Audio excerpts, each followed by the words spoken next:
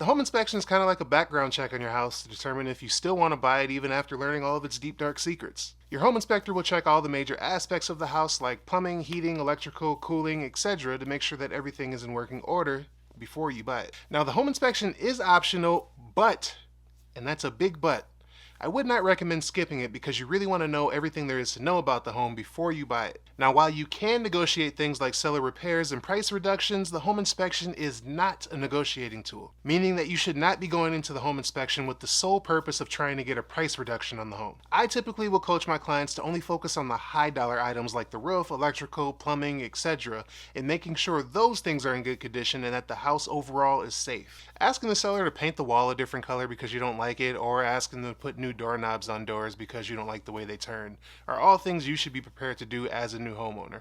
I mean, if I learned how to drive a motorcycle just by watching YouTube videos, I'm pretty confident you can learn how to put a doorknob on a door. True story.